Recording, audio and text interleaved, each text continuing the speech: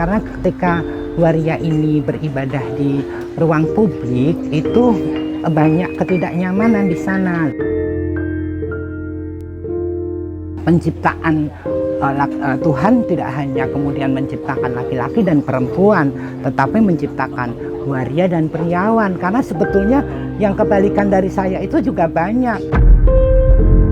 Kadang-kadang orang lupa bahwa ketika waria melakukan kriminal gitu ya, itu langsung dipublish, wah waria laki-laki bukan, perempuan bukan, ingin cepat kaya, dia mencoba. Nah, kata-kata demikian kan seharusnya tidak perlu ada. Ya, jadi sebetulnya sama, perempuan juga ada yang melacur, laki-laki juga ada yang melacur, pengamen juga ada perempuannya gitu. Jadi ya karena memang jumlah waria itu sedikit, jadi kemudian terekspos bahwasanya oh waria itu ngamen, waria itu salon, waria itu begitulah.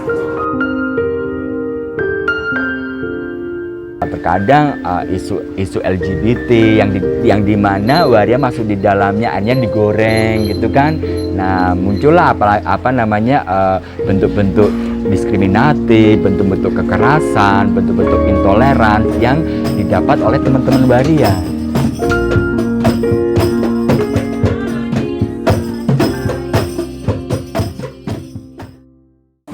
Perkenalkan, nama saya Sinta Ratri, saya ketua Pondok Pesantren Khusus Waria. Ya, sebetulnya kenapa ini bisa bertahan itu karena memang ini adalah kebutuhan kawan-kawan. Jadi ibadah itu kan kebutuhan setiap manusia, dan kita belajar dan beribadah bersama ini kenapa ini tetap ada walaupun banyak tantangan, karena ini adalah pemenuhan kebutuhan dasar dari hak setiap manusia. Sudah 13 tahun, kami berdiri dari tahun 2008. Ngomong sudah berapa lama gabung di Pondok Pesantren Waria Al-Fatah Kota Gede.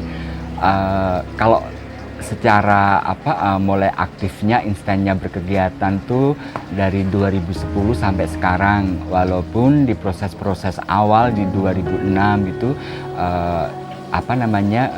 bagaimana sejarah berdirinya Pondok Pesantren Waria itu sudah ikut terlibat di dalamnya ya, dari mulai bentuk pengajian gitu kan, doa bersama di 2006 itu sudah mengikuti kegiatannya. Hanya saja mungkin karena kondisi-kondisi di saat itu sampai berdirinya Pondok Pesantren di 2008 kenapa belum aktif, karena memang saat itu kondisi kan belum bisa untuk instan berkegiatan karena bentrok dengan kegiatan di luar seperti itu. Kalau dulu waktu kita masih bentuk pengajian itu anggotanya ada 70, kadang-kadang yang datang 80 orang gitu.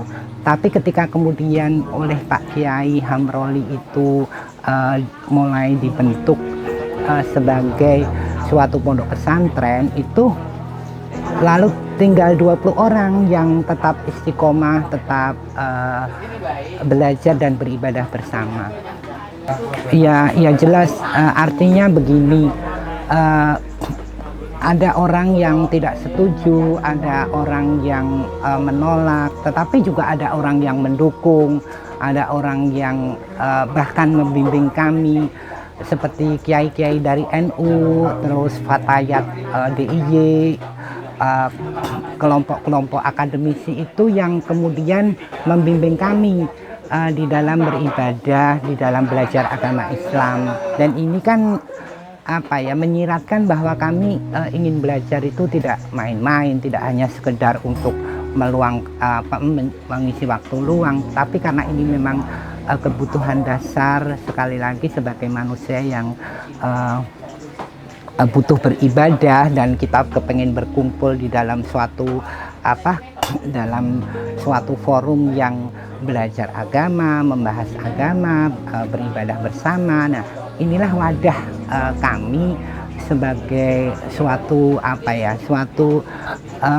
jalan keluar, karena ketika waria ini beribadah di ruang publik itu banyak ketidaknyamanan di sana, ada bullying, ada membuat membuat kegaduhan, karena kemudian banyak waria yang orang-orang itu tidak mau diajak salaman ketika sudah berdiri di dalam satu soft, tahu sebelahnya ini waria lalu meninggalkan, dan hal-hal seperti ini yang mendorong kawan-kawan waria lebih nyaman untuk beribadah di rumah. Pernah aku sholat di tempat di masjid yang umum yang notabene aku tidak ada, dan itu aja masih menjadi perhatian orang-orang itu yang sholat di sana. Nah, kadang hal itu kan kadang membuat tidak nyaman ya buat aku gitu. Aku merasa diperhatikan, nah gitu hanya makanya kenapa Pondok Pesantren Waria berdiri. Ya, jadi kawan-kawan di waria ini lebih nyaman hidup sholat di rumah, karena itu tadi, karena waria tidak diberi ruang untuk melakukan sholat di ruang publik. Jadi ini satu jalan keluar bagaimana kemudian kami bisa sholat berjamaah dibimbing para ustadz. Nah itu ya sampai sekarang masih menjadi PR ya, bagaimana aku pribadi sih mencoba untuk memotivasi buat teman-teman yang bisa jadi yang dia masih belum siap untuk menerima dirinya sendiri, ya kan, masih denial gitu ya. Nah artinya bagaimana aku mencoba berusaha untuk memotivasi, jadilah dirimu sendiri dan kamu nggak perlu cemas, nggak perlu takut, kamu tidak sendiri. Pengen diterima apa adanya, jadi waria itu memang ada, tidak bisa dipungkiri dan tidak bisa kemudian disembuhkan menjadi laki-laki, tidak bisa. Bahkan ketika waria ini dipaksa dikawinkan, itu nanti yang kawin hanya fisiknya saja. Orang-orang mengertinya kalau waria itu sudah tidak dandan, itu sudah dibilang sembuh, sudah bahkan ketika sudah kawin itu sudah dibilang sembuh. Tidak seperti itu. Waria adalah bentuk pengakuan aku waria, karena di dalam diri sosok yang secara fisik dia seorang laki-laki, jiwanya itu perempuan. Jadi dia akan mengekspresikan dirinya itu sebagaimana seorang perempuan gitu. Artinya itu nggak bisa dipaksakan. Tidak bisa, dan ini juga tidak bisa dipaksakan berhenti lalu menjadi laki-laki, juga tidak bisa. Semua waria mengalami fase penerimaan diri, bagaimana dia menerima diri sebagai laki-laki tapi berjiwa perempuan, menginginkan hal-hal yang serba perempuan, kemudian dijejali dengan pemahaman-pemahaman kamu harus maskulin, kamu harus sepak bola, harus pencak silat, harus ini, sama saja, karena mengubah jiwa itu alangkah tidak mungkinnya. Ya, seperti itu yang ada. Itulah kenapa walaupun waria ini tidak punya anak tapi terus ada, karena inilah sebetulnya penciptaan Tuhan tidak hanya kemudian menciptakan laki-laki dan perempuan, tetapi menciptakan waria dan priawan. Dan bahkan dari sebelum sekolah, aku di usia 3 tahun tuh aku sudah pakai baju rok. Iya, karena aku ada beberapa foto-foto di masa aku kecil yang itu masih terdokumentasi sampai sekarang. Dan ketika aku membuka diri di tengah-tengah keluarga, otomatis keluarga tidak kaget.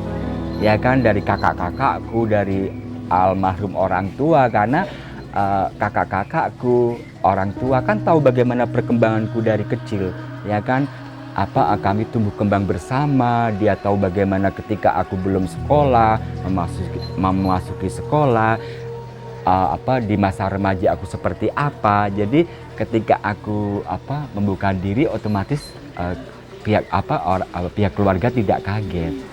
Kalau saya kan secara natural saja, saya dari kecil sudah seperti perempuan. Ini kan kita nggak sadar, karena dari kecil, dari sebelum TK itu sudah. Ini kan berkaitan dengan apa yang isi di dalam kita. Jadi ketika sadar ya sudah kelas 5 SD, ketika kita tahu bahwa bagaimana fungsi fungsi gender, peran gender itu laki-laki seperti apa, perempuan itu seperti apa lah. Ketika kemudian saya ini pipis ikut-ikutan jongkok sebagaimana perempuan, ini yang kemudian membuat loh kenapa ya saya kok seperti ini. Artinya itu kan ekspresi keperempuan yang secara spontan, jadi seperti itu, tidak lantas dibuat-buat.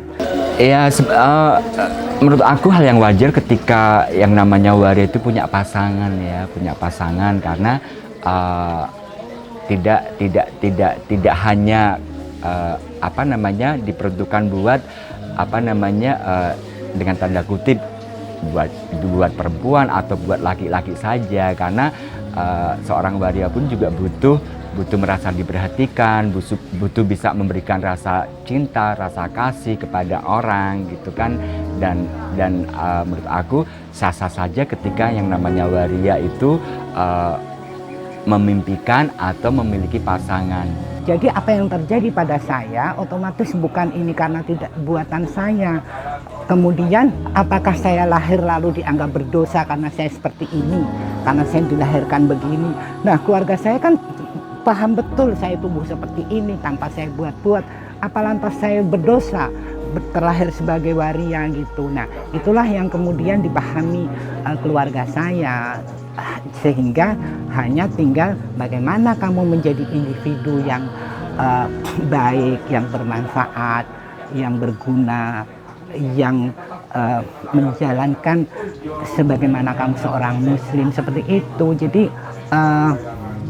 perjalanan kawan-kawan juga akan seperti itu. Nah, ketika kemudian di tengah keluarga itu komunikasinya tidak baik, nah itu lalu kemudian waria dianggap mempermalukan keluarga, dianggap sebagai kutukan, dianggap pembawa sial. Nah, ini yang kemudian dia tidak diterima di keluarga, lalu harus pergi meninggalkan keluarganya, mencari kelompok yang bisa menerima dia, kan gitu. Nah, kebanyakan justru yang seperti ini yang tidak diterima keluarga lalu pergi. Nah, inilah pangkal persoalannya. Kemudian waria yang meninggalkan keluarga, dia akan apa?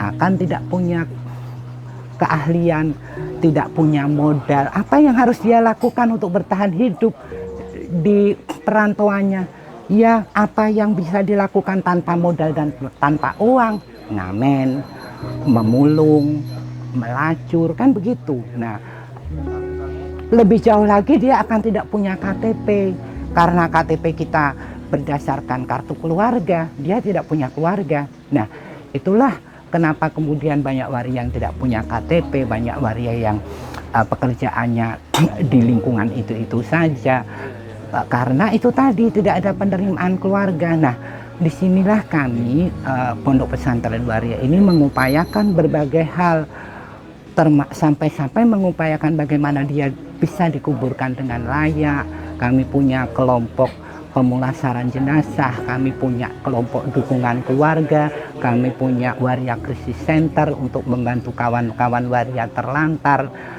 Kemudian kami ada pelatihan kerja untuk kawan-kawan, pelatihan kerja memijat, kemudian make up artis untuk kawan-kawan waria pengamen dan pekerja seks. Tujuannya apa? Supaya kawan-kawan ini bisa punya pekerjaan yang lebih punya martabat di mata masyarakat gitu. Jadi yang kita dorongkan tidak kemudian kita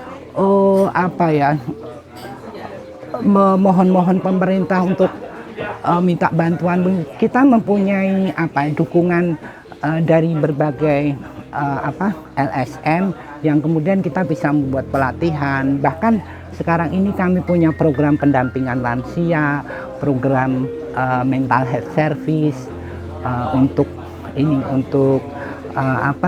orang-orang yang terdampak COVID-19.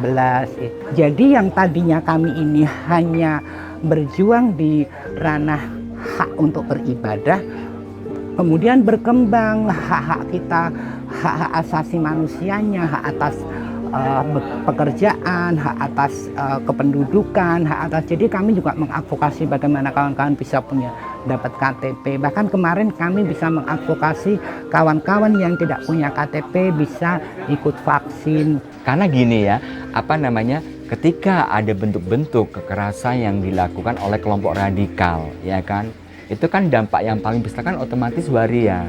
Karena secara fisik itu kan paling mudah diketahui, ya kan. Kalau untuk teman-teman yang L, ya kan, yang G gitu kan, itu yang B, orang kan akan apa namanya, masih ragu ya untuk menebak. Tapi kalau ngomong masalah T, transgender, ya kan, itu atau waria, itu kan orang udah langsung tahu aja. Nah, otomatis kan dampak yang paling besar apa namanya, risiko itu pasti yang menghadapi kan teman-teman waria.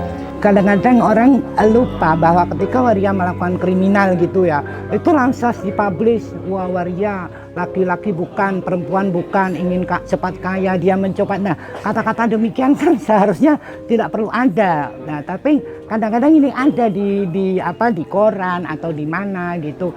Nah, ini yang kemudian kita juga mengadvokasi hal demikian. Jadi sebetulnya sama, perempuan juga ada yang melacur, laki-laki juga ada yang melacur, pengamen juga ada perempuannya gitu. Jadi ya karena memang jumlah waria itu sedikit, jadi kemudian terekspos bahwasanya oh waria itu ngamen, waria itu salon, waria itu begitulah.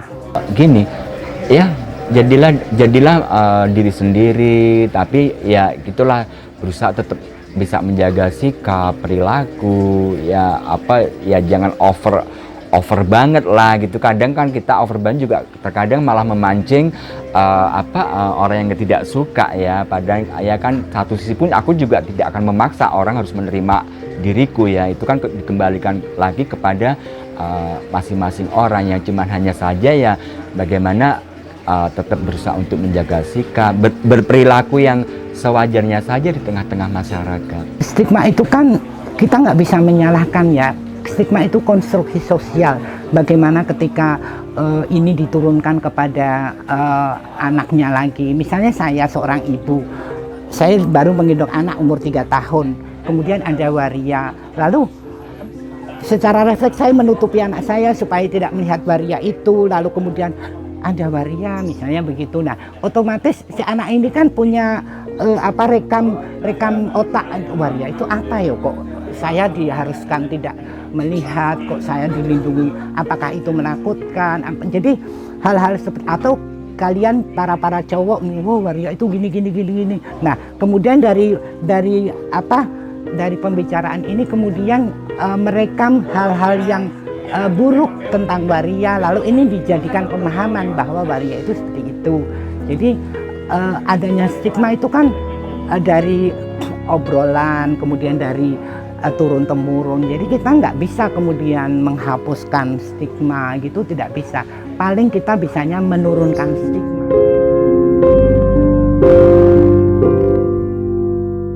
Nah, itu apa ya, walaupun diusik, walaupun dihina-hina, walaupun dilecehkan, kita selalu berusaha untuk tetap baik. Karena memang kita itu berusaha seperti itu tadi, mendapatkan ruang untuk melakukan hal-hal yang punya manfaat di mata masyarakat.